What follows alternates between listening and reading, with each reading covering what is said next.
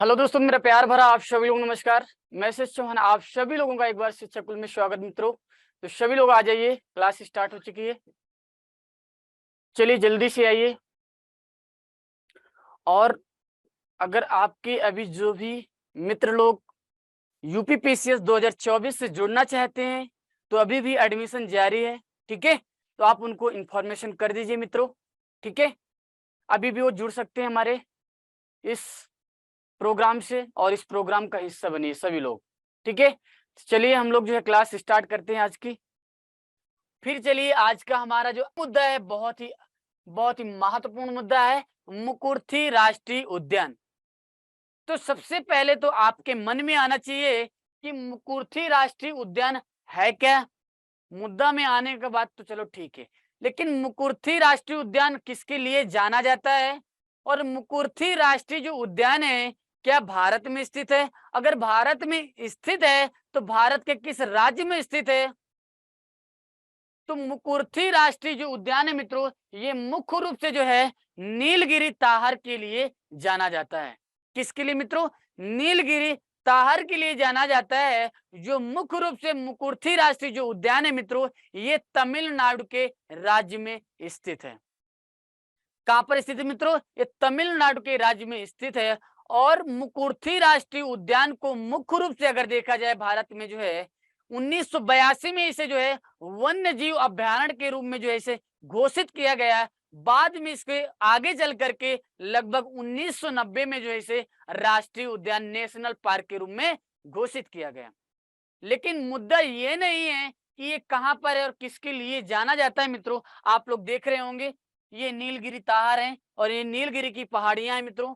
सभी लोग देख रहे होंगे, बड़ा ही सुंदर दृश्य है। ठीक है, बड़ा ही आकर्षक मनोहर दृश्य है मित्रों। चलिए ठीक है, लेकिन मुद्दा ये है कि जो मुकुर्थी जो राष्ट्रीय उद्यान है मित्रों, तो मुकुर्थी राष्ट्रीय उद्यान के चर्चा में आने का प्रमुख कारण क्या है? तो इसके चर्चा में आने का जो प्रमुख कारण ये है मित्रों कि मुकुर्थी राष्ट्रीय उद्यान में जो है यहाँ पर जो है लगातार जो है जानवरों मीन्स जो जीव थे उनका जो है लगातार अवैध शिकार किया जा रहा था। तो इससे क्या होगा, हमारा जो पर्यावरण जो पारिस्थितिकी है कहीं ना कहीं असंतुलित होगा। ठीक है, तो बहुत ही पेचीदा मुद्दा है ये।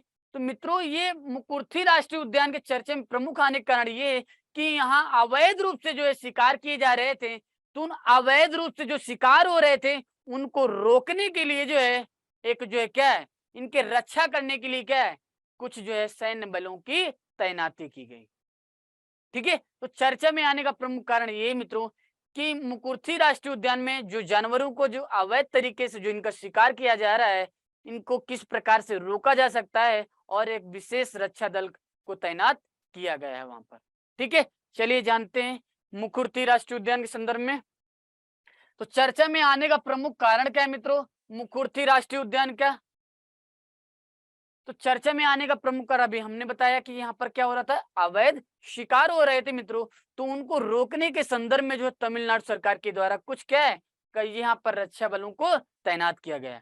तो मित्रों ये तमिलनाडु जो है वन विभाग ने जो है अवैध जो शिकार हो रहे थे मित्रों, तो अवैध शिकार पर जो है प्रतिबंध लगाने मीन्स अंकुश लगाने के लिए मित्रों अभी हाल ही में जो है नीलगिरी में जो है मुकुर्थी राष्ट्रीय उद्यान के आसपास जो क्या है यहाँ पर जो है बड़ी तेजी से क्या है निगरानी बढ़ाई गई है। इन सैन्य बलों को यहाँ पर क्या कर दिया गया है, सुरक्षा बलों को यहाँ पर क्या कर दिया गया है, तैनात कर दिया गया है। ठीक है, तो इसके संदर्भ में ये चर्चा आने का प्रमुख कारण ये है मित्रों कि अवैध शिकार में किस प्रकार से अंकुश लगाया जा सके, किस प्रकार से इनको रोका जा सके। ठीक है, चलिए और जानते हैं इसके बारे में मित्रों कि मुकुर्थी राष्ट्रीय उद्यान के संदर्भ में अगर हम लोग बात करें कि मुकुर्थी राष्ट्रीय उद्यान किसके लिए जाना जाता है, क्या ऐसा खास है मित्रों। तो आप सभी लोग जानते हैं मित्रों कि तमिलनाडु राज्य के जो है नीलगिरी पठार के पश्चिमी कोने में स्थित जो है ये नीलगिरी बायोस्फीयर रिजर्व का हिस्सा भी है। तो आपसे पूछा जा सकता है क्या मुकुर्थी राष्ट्रीय उद्यान एक स्टेटमेंट के रूप में हो सकता है या कथन के रूप में भी हो सकता है मित्रों। तो आपको ध्यान देना है क्या कहा जा रहा है मित्रों कि जो मुकुर्थी राष्ट्रीय जो उद्यान है मित्रों ये नीलगिरी जो बायोस्फीयर जो रिजर्व है मित्रों उसका भी क्या एक पार्ट है। तो मुकुर्थी राष्ट्रीय उद्यान जो है आपका नीलगिरी बायोस्फीयर रिजर्व का एक क्या है, पार्ट है मीन्स उसका एक हिस्सा है। ठीक है, इसके संदर्भ में जो है ये जो है प्रमुख बातें हैं मित्रों। और यह मुख्य रूप से जो है मुदुमलाई राष्ट्रीय उद्यान, मुदुमलाई राष्ट्रीय उद्यान और साइलेंट वैली जो राष्ट्रीय उद्यान है मित्रों, साइलेंट वैली राष्ट्रीय उद्यान और मुदुमलाई राष्ट्रीय जो उद्यान है मित्रों, इसी के बीच अवस्थित है मित्रों। क्योंकि कभी कभी स्टेटमेंट चेंज कर देता है आपको जो है घुमाने के लिए, तो याद रखिएगा मित्रों किसके बीच अवस्थित है, ये मुदुमलाई राष्ट्रीय उद्यान और साइलेंट वैली राष्ट्रीय उद्यान के बीच अवस्थित है। और इसे 1982 में जो है वन्य जीव अभ्यारण्य के रूप में घोषित किया गया। कब घोषित किया गया मित्रों, तो इस क्षेत्र को जो है 1982 में जो है वन्य जीव अभ्यारण्य के रूप में घोषित किया गया था। जबकि 1990 में जो है इसे राष्ट्रीय उद्यान मीन्स राष्ट्रीय उद्यान के रूप में क्या इसे अपग्रेड किया गया। तो इसे राष्ट्रीय उद्यान कब बना मित्रों, 1990 में। और इसकी स्थापना मुकुर्थी राष्ट्रीय जो उद्यान की जो स्थापना की गई थी, उसकी स्थापना जो है मुख्य रूप से कहा जाता है मित्रों, ये प्रजाति थी जो नीलगिरी ताहर के संरक्षण के जो है मुख्य रूप के उद्देश्य से की गई थी। तो ये आपका नीलगिरी ताहर है मित्रों, ये तमिलनाडु का राजकीय पशु। ठीक है, तो ये जो है नीलगिरी ताहर के संबंध के संरक्षण के संदर्भ में ही इसकी स्थापना की गई थी। ठीक है, और देखा जाए मित्रों ये जो है ये भी बात बहुत ही बढ़िया है मित्रों। क्या है मित्रों, ये आपका एक यूनेस्को का विश्व धरोहर स्थल भी है। याद रखिएगा मित्रों, यह यूनेस्को का एक विश्व धरोहर स्थल भी है मित्रों। और मुकुर्थी राष्ट्रीय उद्यान पर एक चोटी स्थित मित्रों, मुकुर्थी चोटी, जिसकी ऊंचाई कितनी मित्रों, 2554 मीटर जो इसकी ऊंचाई है, जो नीलगिरी पहाड़ियों की जो है चौथी सबसे ऊंची चोटी है। तो कथन के रूप में हो सकता है तो नीलगिरी पहाड़ियों में सबसे चौथी ऊंची चोटी है। ठीक है, क्रम में। और यहाँ पर कौन सी नदियां मित्रों, अगर नदियों की बात करें तो पायकारा नदी और कुंडाह नदी, पायकारा नदी और कुंडाह नदी जो यहाँ पर जो है मुख्य रूप से 12 मासी जो है मित्रों बहती हैं और पार्क से निकलती हुई और भवानी पूंछा में कहाँ पर गिरती मित्रों, ये भवानी पूंछा में गिरती। याद रखिएगा मित्रों कहाँ पर गिरती हैं, ये भवानी पूंछा में नदियां जो है वहां पर जो है गिरती हैं। तो ये था मुकुर्थी राष्ट्रीय उद्यान, मुकुर्थी राष्ट्रीय उद्यान के संदर्भ में। ठीक है, और इसकी चर्चा में आने का प्रमुख कारण क्या था और ये किस प्रकार से यूनेस्को के द्वारा भी क्या है विश्व धरोहर स्थल के रूप में भी क्या सम्मिलित है।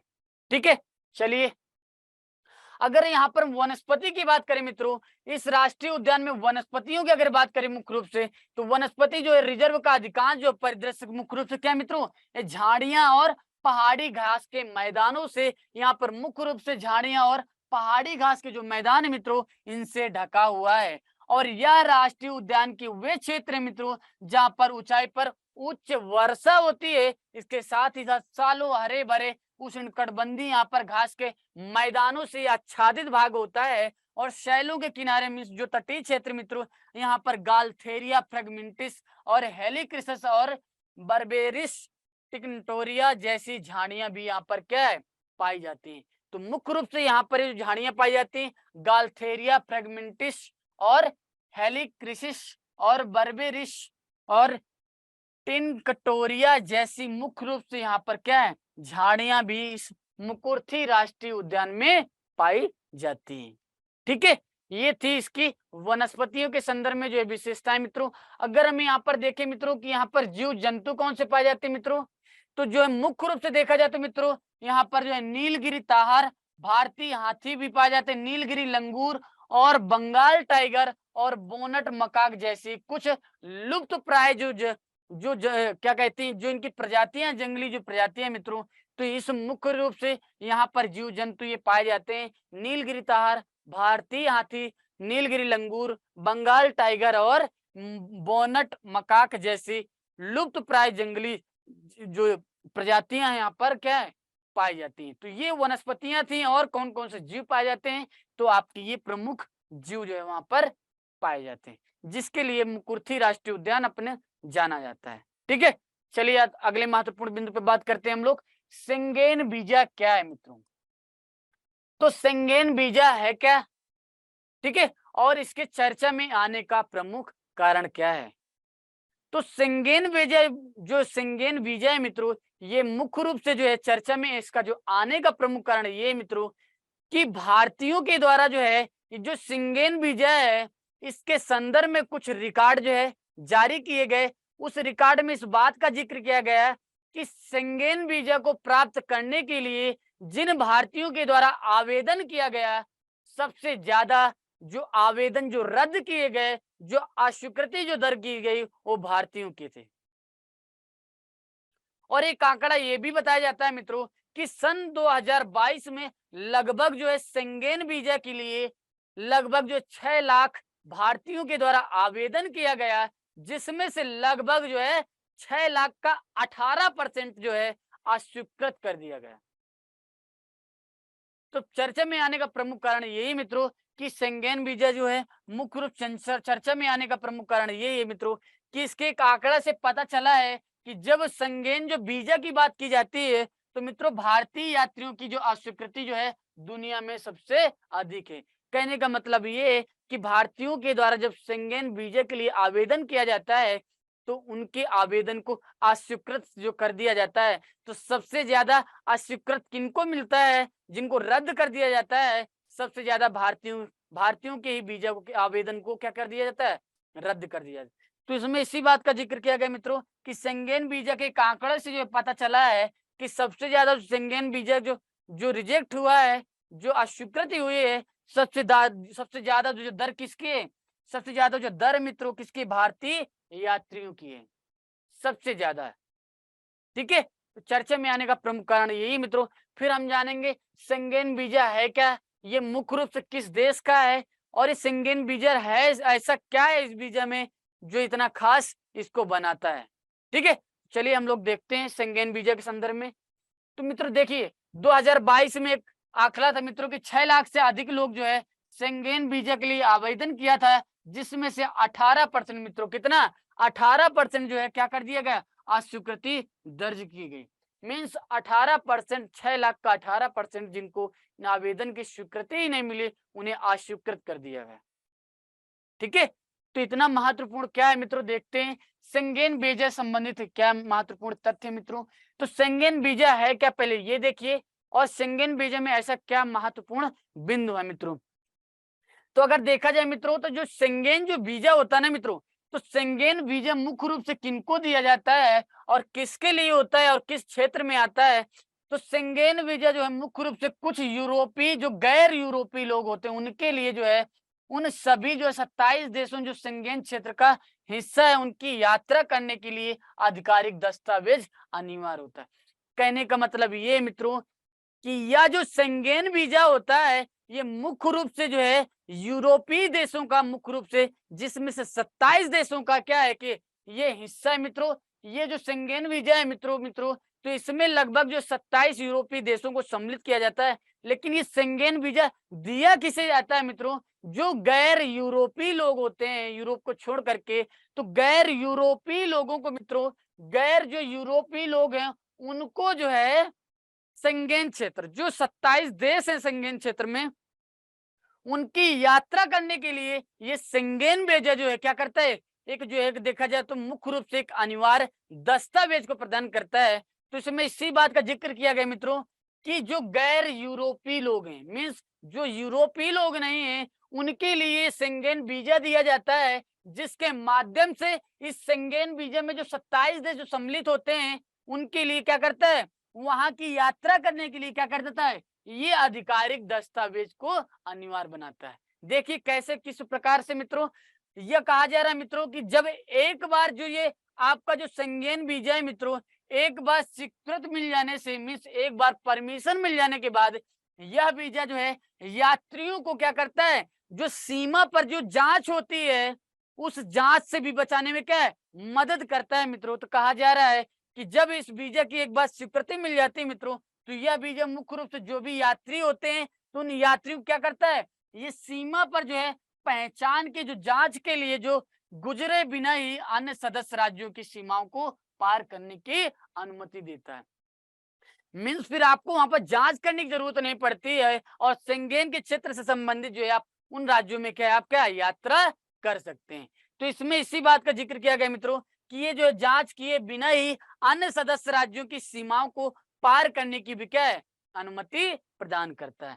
फिर अगर महत्वपूर्ण बात की जाए कि इस प्रकार का जो वीजा होता है मित्रों, शेंगेन राज्यों में से एक राज्य के द्वारा जारी किया जाता है। मीन जो शेंगेन जो क्षेत्र के हिस्से हैं, जिनमें से 27 राज्य हैं, उनमें से अगर हम छोड़ें, बुल्गारिया का छोड़ दे, साइप्रस आइसलैंड को अगर छोड़ दिया जाए, तो उसमें मुख्य रूप से बचते हैं कितने, 23, और इसमें से 4 और सम्मिलित हैं। जो इफ्टा का हिस्सा है, आइसलैंड, नॉर्वे, लिंक्टनस्टीन और स्विट्जरलैंड। तो ये मुख्य रूप से 27 देशों की बात की जा रही है। तो 27 देशों के द्वारा बताया जा रहा है कि जो भी शेंगेन राज्य होंगे मित्रों, इन शेंगेन राज्यों में से एक के द्वारा इसे जारी किया जाएगा। और जारी करने के बाद जो है, जो 180 दिनों के भीतर का जो परमिशन होता है मित्रों, उनमें से 180 दिनों के भीतर में से आप लोग क्या कर सकते हैं, केवल 90 दिनों की अवधि के लिए शेंगेन देशों में से किसी एक देश की यात्रा कर सकते हैं। कहने का मतलब ये कि शेंगेन वीजा की जो अवधि जो 180 दिन, उनमें से अगर आपको किसी भी शेंगेन क्षेत्र से संबंधित अगर राज्य में देश में जाना है, तो 180 दिनों के भीतर में कुल केवल कितने दिनों के लिए जा सकते हो किसी एक शेंगेन क्षेत्र में, 90 दिनों के लिए। तो बात की जा रही है मित्रों कि कुल जो है 90 दिनों की अवधि के लिए ही शेंगेन देश के किसी एक देश की यात्रा आप कर सकते हैं। किसी एक देश की यात्रा करने की यह अनुमति प्रदान करता है। ठीक है, और अगर महत्वपूर्ण बिंदुओं पे देखिए इसके, शेंगेन क्षेत्र होता क्या है। फिर क्वेश्चन बनता है कि सर शेंगेन क्षेत्र है क्या। आपके मन में क्वेश्चन ये बना कि शेंगेन क्षेत्र ऐसा है क्या मित्रों। तो जो शेंगेन क्षेत्र मैंने पहले ही जिक्र किया है कि यह जो 27 यूरोपीय देश इनको सम्मिलित किया गया है। तो शेंगेन क्षेत्र में मुख्य रूप से 27 यूरोपीय देशों को सम्मिलित करने का एक समूह है मित्रों। यह 27 यूरोपीय देशों का एक समूह है जिन्होंने जो है लोगों की स्वतंत्र और अप्रतिबंधित आवाजाही के लिए जो है अपनी आंतरिक सीमाओं को समाप्त कर दिया है। ठीक है, अगर आपस में आना जाना है तो यहाँ पर जो भी प्रतिबंध थे मित्रों, तो स्वतंत्रता के लिए और जो भी आवाजाही थी, आवाजाही के लिए अपनी आंतरिक सीमाओं पर क्या है, इसे समाप्त कर दिया है। और इसके बाद अगर बात करें मित्रों कि शेंगेन क्षेत्र के सदस्यों में कौन कौन से देश आते हैं, कौन कौन से देश आते हैं मित्रों, तो इसमें मुख्य रूप से जो 27 यूरोपीय संघ के जो देश है मित्रों, जो 27 यूरोपीय संघ के सदस्य देशों में से केवल 23 को सम्मिलित किया गया है।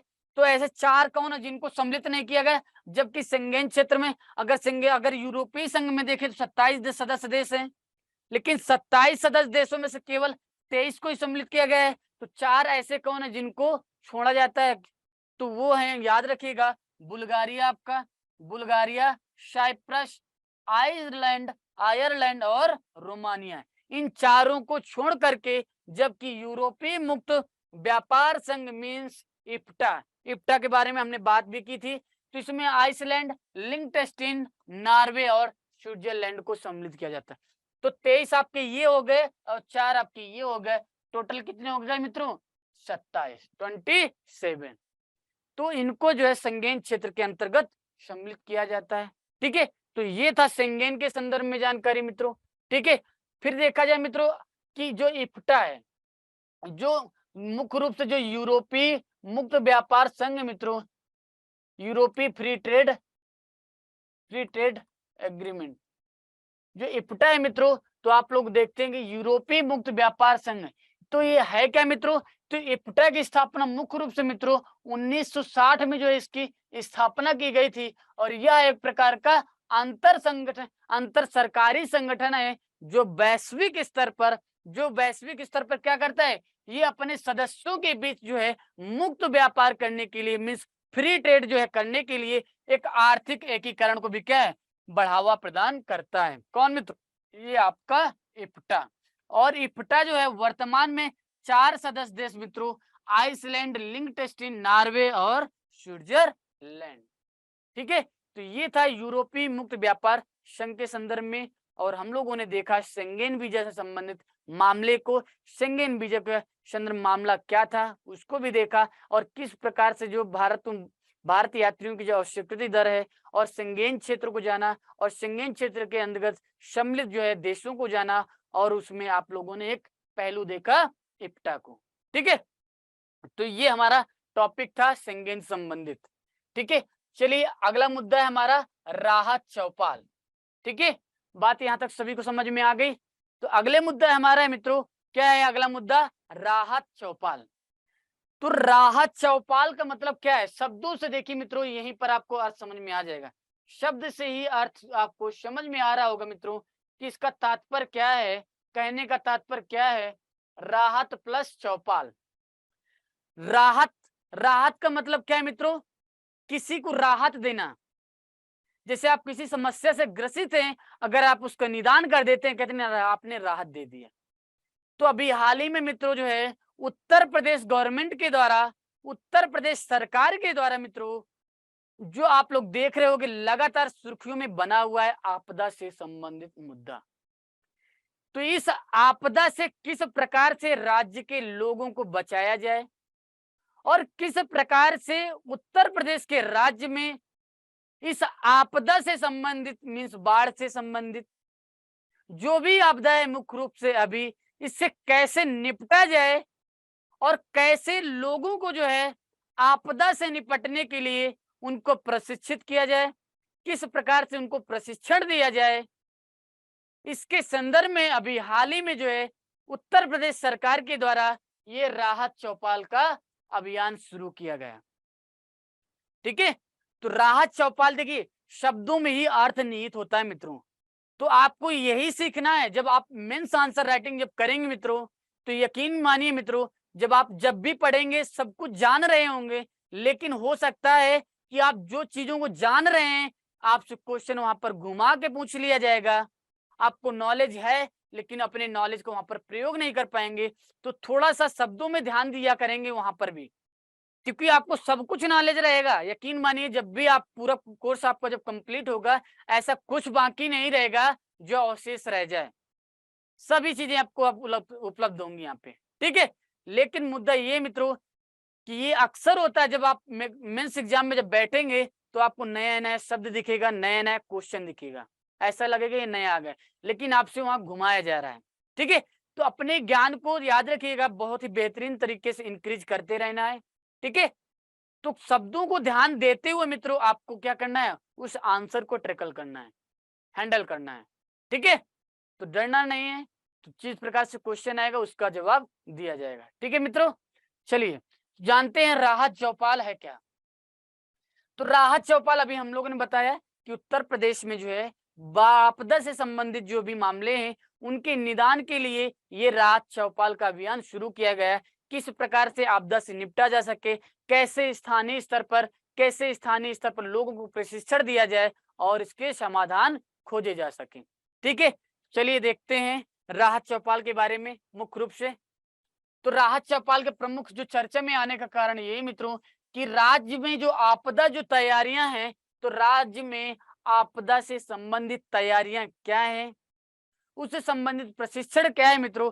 तो इन प्रक्रियाओं को बढ़ाने के लिए एक सक्रिय क्या किया गया, प्रयास किया गया, और इसी प्रयास के फलस्वरूप ही उत्तर प्रदेश के द्वारा राहत चौपाल नामक एक अनूठी पहल की शुरुआत की गई मित्रों, जिसका प्रमुख जो उद्देश्य क्या था, जिसका प्रमुख उद्देश्य ये था मित्रों कि लोगों को जो है आपदा पर क्या है, शिक्षित करना था कि आपदा से आप लोग कैसे जो है स्वयं जो है निपट सकते हैं। इसके संबंध में भी क्या है, ये प्रशिक्षण दिया जा रहा था राहत चौपाल के माध्यम से। ठीक है, तो मुख्य रूप से आपदा प्रबंधन के लिए जो क्या है शिक्षित करना था मित्रों, ये जगह जगह जो है क्या ये राहत चौपाल लगाई जा रही थी, जिसके माध्यम से लोगों को आपदा प्रबंधन से निपटने के लिए शिक्षित या प्रशिक्षित किया जा रहा।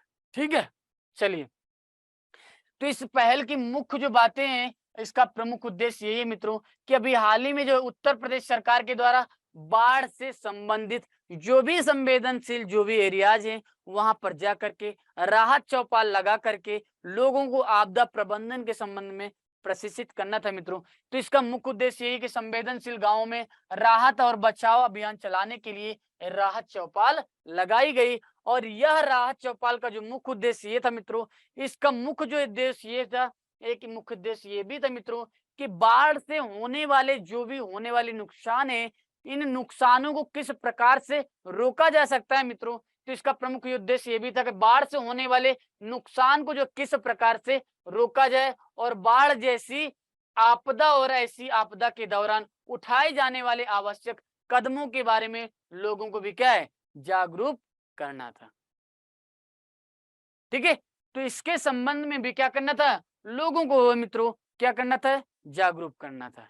ठीक है, चलिए अगले मुद्दे पे देखें। और चौपाल में समुदाय के लोग, ग्राम प्रधान, साथ ही साथ इन सभी विभागों को लेकर के उत्तर प्रदेश का, चाहे पुलिस विभाग हो या स्वास्थ्य विभाग हो या पशुपालन विभाग हो या पंचायती राज विभाग हो या बाल विकास, सभी विभागों मुख्य रूप से जो लोक निर्माण विभाग, कृषि, ग्राम विकास, खाद्य और रसद विभाग, ये मिल करके इनके जो सभी जो कर्मचारी है मिल करके सभी लोगों के द्वारा इस राहत चौपाल को क्या अभियान को शुरू किया गया, जिसको धरातल में लाने का प्रयास किया गया।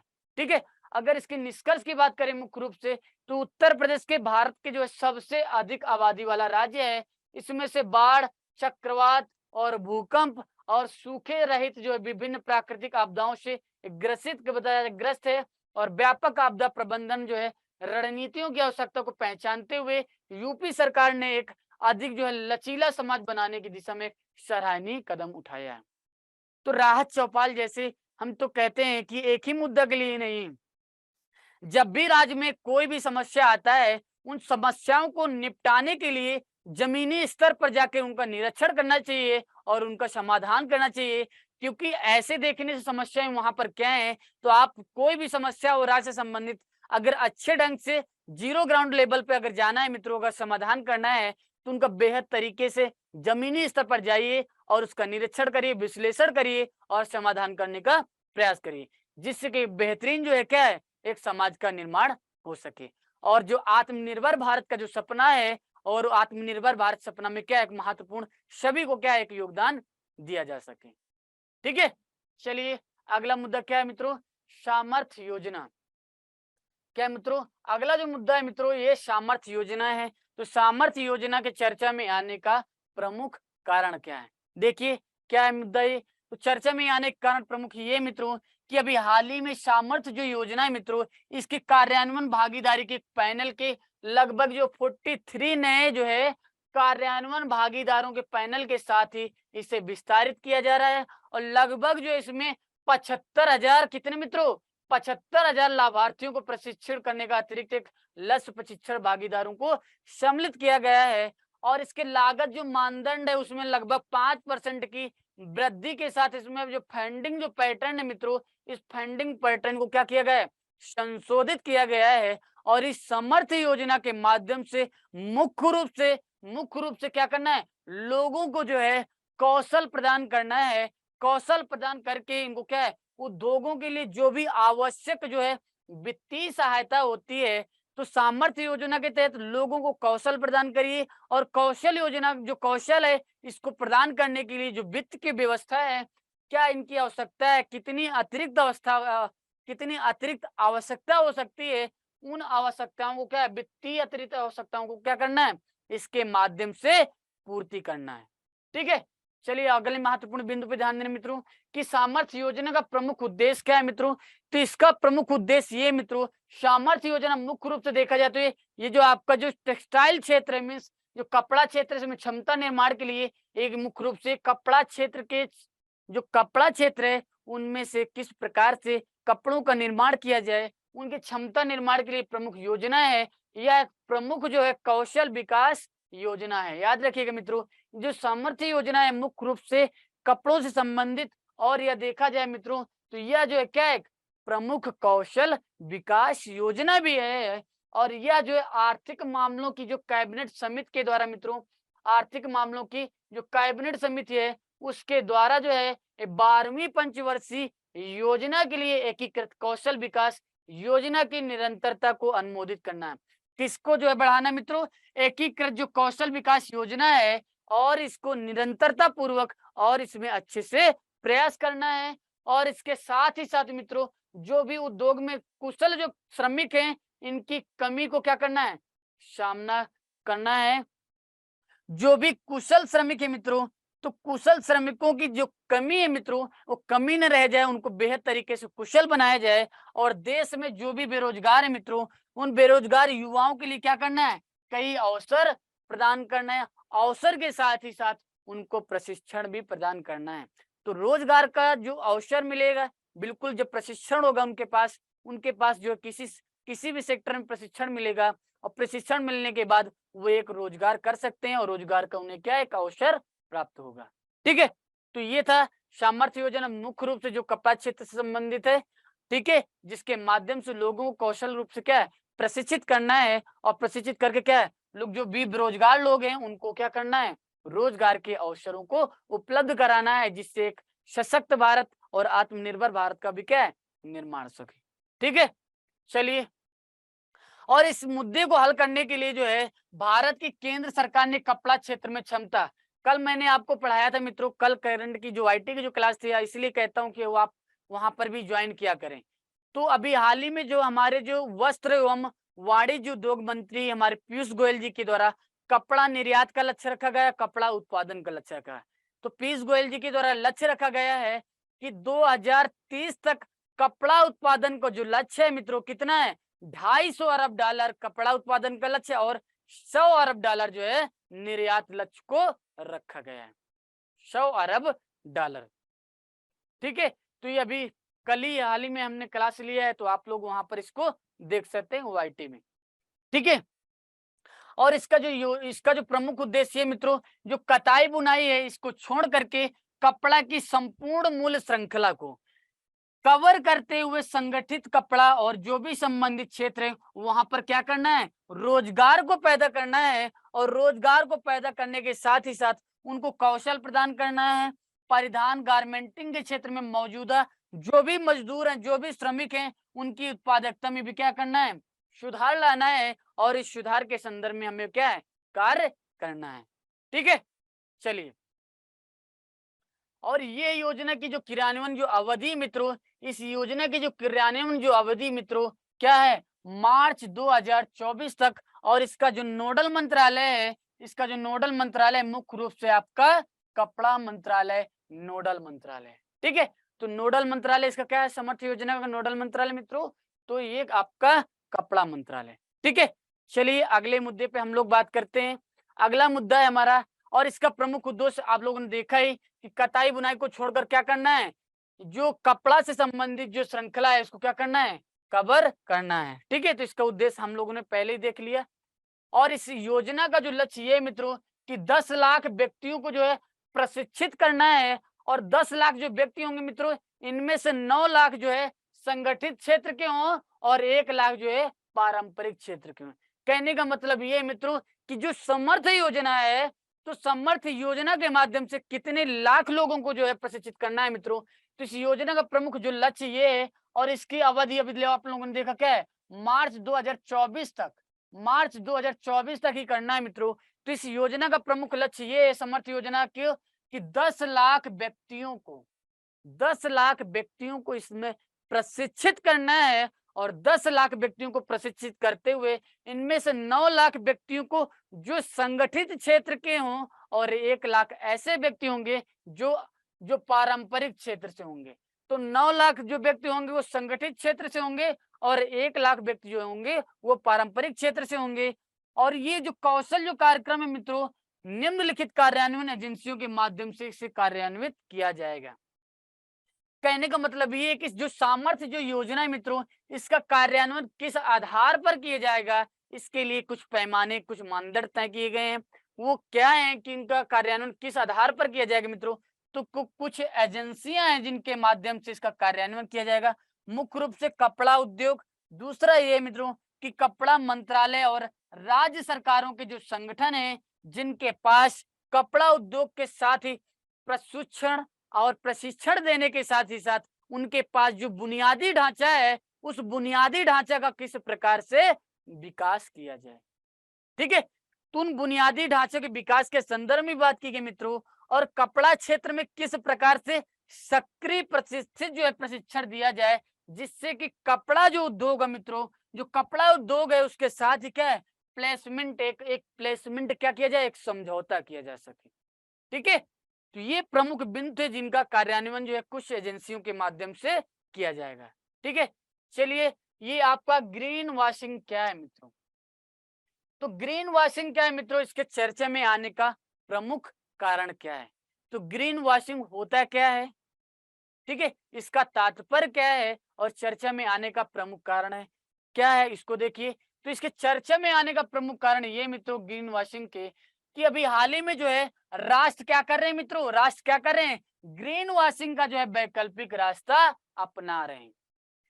तो राष्ट्रों के द्वारा जो है, कई राष्ट्रों के द्वारा जो है क्या किया जा रहा है मित्रों, इससे जो है ग्रीन वॉशिंग को जो है एक वैकल्पिक रास्ता के रूप में अपना रहे हैं। कहने का मतलब ये है कि किस प्रकार से एक हरित जलवायु की उपलब्धि हो सके, एक स्वच्छ जलवायु का किस प्रकार से निर्माण हो सके, प्रदूषण रहित जलवायु का किस प्रकार से निर्माण हो सके, इसके लिए मित्रों जो है क्या किया गया, हरित जलवायु परिवर्तन को विफल कर रहे हैं। ठीक है, तो ये कुछ राष्ट्रों के द्वारा ऐसा किया जा रहा है। तो चर्चा में आने का प्रमुख कारण यही है कि जो राष्ट्र जो है ग्रीन वॉशिंग का जो वैकल्पिक जो रास्ता अपना रहे हैं, और यह इस प्रकार से जो क्या है हरित जो जलवायु परिवर्तन है उसको क्या कर रहे हैं, ये विफल बना रहे हैं। मीन उसको सफल न करके क्या कर रहे हैं, ये विफल बना रहे हैं। ठीक है, तो चर्चा में प्रमुख आने का कारण यही मित्रों। तो देखिए फिर मुद्दा उठता है कि मित्रों ग्रीन वॉशिंग है क्या, किस प्रकार से ये हरित जलवायु को विफल बनाता है। तो देखिए मित्रों ग्रीन वॉशिंग है क्या, तो ग्रीन वॉशिंग शब्द है मित्रों, सबसे पहली बार ग्रीन वॉशिंग शब्द का प्रयोग सबसे पहली बार मित्रों जो है वर्ष 1986 में एक अमेरिका के पर्यावरणविद थे, जिनका नाम था मित्रों, उनका नाम क्या था, जे वेस्टरवेल्ड महोदय जी के द्वारा जो है सर्वप्रथम ग्रीन वॉशिंग शब्द का प्रयोग किया गया। तो ग्रीन वॉशिंग शब्द का प्रयोग सर्वप्रथम कब हुआ मित्रों, 1986 में एक अमेरिका के पर्यावरणविद थे, जिनका नाम था, क्या नाम था मित्रों, जे वेस्टरवेल्ड महोदय के द्वारा जो है इस ग्रीन वॉशिंग शब्द का पहली बार प्रयोग किया गया। और होता क्या है मित्रों कि ग्रीन वॉशिंग को जो है कई कंपनियों के द्वारा मित्रों, कई कंपनियों के द्वारा और सरकारों की गतिविधियों की एक विस्तृत जो श्रृंखला को ही, जो कि पर्यावरण के अनुकूल के रूप में चित्रित करने के लिए एक अभ्यास है मित्रों। और यह जो है ये एक अभ्यास है मित्रों, जिसको चित्रित करने के लिए, किसके लिए मित्रों, ये पर्यावरण के अनुकूल जो है क्या चीजें हो सकती हैं उनको चित्रित करने के लिए यह एक अभ्यास है, जिसके परिणाम स्वरूप उत्सर्जन से बचा जा सके और उसे किस प्रकार से कमी किया जा सके। तो उत्सर्जन से किस प्रकार बचा जाए और उत्सर्जन को किस प्रकार से कम किया जाए, तो कई कंपनियों के द्वारा मित्रों इस ग्रीन वॉशिंग का क्या किया जा रहा है, प्रयोग किया जा रहा है। ठीक है, चलिए अगले महत्वपूर्ण बिंदु पे देखते हैं फिर कि यह प्रयास मित्रों जो है कंपनियों को बाजार में अपनी छवि बढ़ाने में जो है मदद करते हैं और इस तरह से लंबे समय में मुनाफा कमाते हैं, लेकिन ये प्रयास किसी भी जलवायु लाभ की गारंटी नहीं देते मित्रों। कहने का तात्पर्य ये है मित्रों कि कई कंपनियां अपने मुनाफे के लिए मित्रों क्या करती हैं, ग्रीन वॉशिंग को दिखाते हैं कि हम ग्रीन वॉशिंग सिस्टम का प्रयोग करके हम लोग क्या कर रहे हैं, उत्सर्जन को कम कर रहे हैं, जबकि वो उसका वास्तविक कुछ और है मित्रों, पर्दा के पीछे कुछ और है। कहने का मतलब ये मित्रों कि कुछ कंपनी को द्वारा क्या किया जा रहा है कि बाजार में उनकी छवि ना खराब हो जाए, तो अपनी छवि को सही करने के लिए क्या करते हैं, सही करने के लिए इसका क्या प्रयोग करते हैं और लंबे समय तक ये क्या करते हैं, मुनाफा कमाते हैं, जबकि इसके पीछे निहितार्थ कुछ और है। निहितार्थ ये मित्रों कि लेकिन ये जो प्रयास है किसी भी जलवायु की, जो जलवायु की लगातार कह रहे हैं कि हम हरित जलवायु का निर्माण कर रहे हैं, इससे भाई साहब कोई भी गारंटी नहीं मिलती है। तो यही बात का जिक्र किया गया है कि लेकिन ये जो प्रयास है किसी भी जलवायु लाभ की गारंटी नहीं देते हैं। ठीक है, फिर देखिए जैसे कि अगर उदाहरण के रूप में देखें मित्रों तो वोक्सवैगन घोटाला हुआ। ये जो वोक्सवैगन नामक जो घोटाला हुआ मित्रों, ये जर्मनी की एक कार कंपनी है। ठीक है, जर्मनी की एक कार कंपनी है, उसके द्वारा क्या किया गया, वहां पर जो है हरित डीजल वाहनों के उत्सर्जन में परीक्षण में क्या किया गया, धोखाधड़ी करते हुए इनको देखा गया कि धोखाधड़ी के मामले में इनको पकड़ा गया कि ग्रीन वॉशिंग का जो है ये मामला था मित्रों। और ये जो मामला था जर्मनी में किसका संबंधित था, ये ग्रीन वॉशिंग से संबंधित था। अगर इसको हम दूसरे शब्दों में अगर बयां करें मित्रों, तो ये हरित डीजल से उत्सर्जन में कमी नहीं आई जैसा कि वादा किया गया। कहने का मतलब ये मित्रों कि जो जर्मनी की जो कार जो कंपनी है मित्रों, जो वोक्सवैगन जो घोटाला है, इसमें कहा गया था कि हम हरित डीजल के माध्यम से उत्सर्जन को कम करेंगे, जबकि ऐसा वह नहीं। तो ये जो है मुख्य रूप से मामला था जर्मनी का। कुछ उदाहरण देखे गए इसके। और ग्रीन वॉशिंग जो है कंपनियों की झूठी जो है तस्वीर जो है पेश करती है और उन्हें पहल के लिए मित्रों क्या करती है, यह पुरस्कृत करती है। वास्तव में ये प्रयास देशों को जलवायु आपदा के कगार पर क्या है, लगातार जो है जलवायु परिवर्तन के संदर्भ में लगातार ये संकट जो है उत्पन्न कर रहे हैं और जलवायु परिवर्तन के अनुकूल न होकर ये प्रतिकूलता उत्पन्न कर रहे हैं। तो ये आज थे हमारे प्रमुख मुद्दे। ठीक है मित्रों, जिनको हम लोगों ने अच्छे से डिस्कशन किया। तो ठीक है मित्रों, आज की क्लास को हम लोग यहीं पर विराम देते हैं मित्रों। ठीक है मित्रों, चलिए फिर हम लोग मिलते हैं नेक्स्ट क्लास में। तब तक के लिए आप सभी लोगों को बहुत बहुत धन्यवाद और आभार। थैंक यू सो मच मित्रों।